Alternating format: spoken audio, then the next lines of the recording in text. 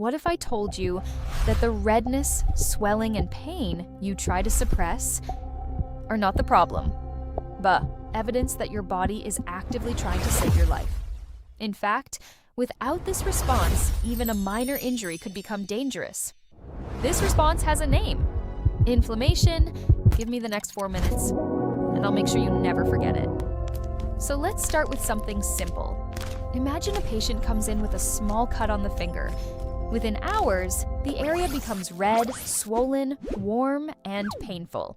Now, at first glance, this looks like damage.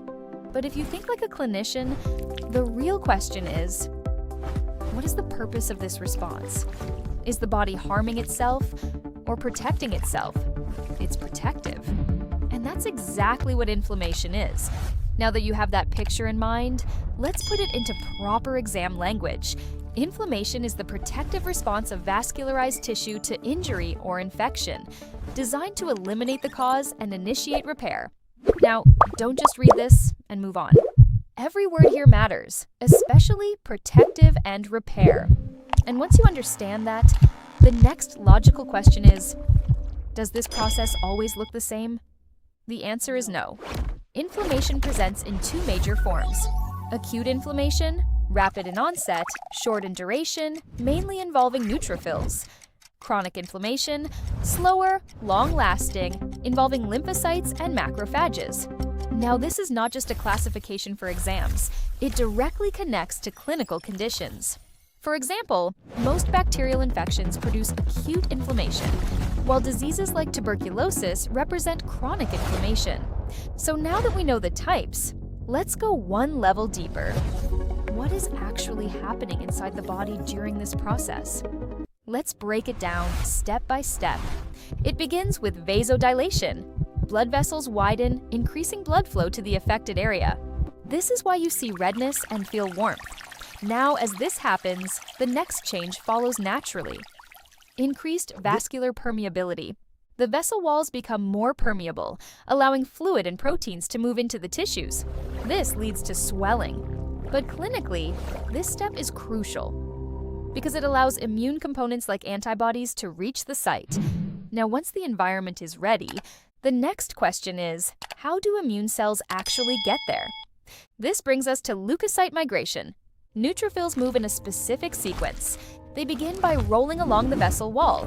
Then they attach firmly. This is adhesion. Finally, they pass through the vessel wall into the tissue. This is diapedesis. Now here's where clinical relevance comes in. If this step fails, as in leukocyte adhesion deficiency, patients suffer from recurrent infections despite having normal white cell counts. And once these cells reach the site, their job is very clear.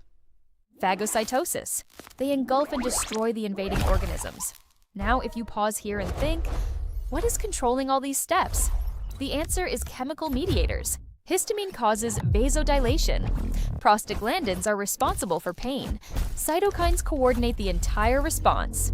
And this is exactly why certain drugs work. NSAIDs reduce pain by blocking prostaglandins.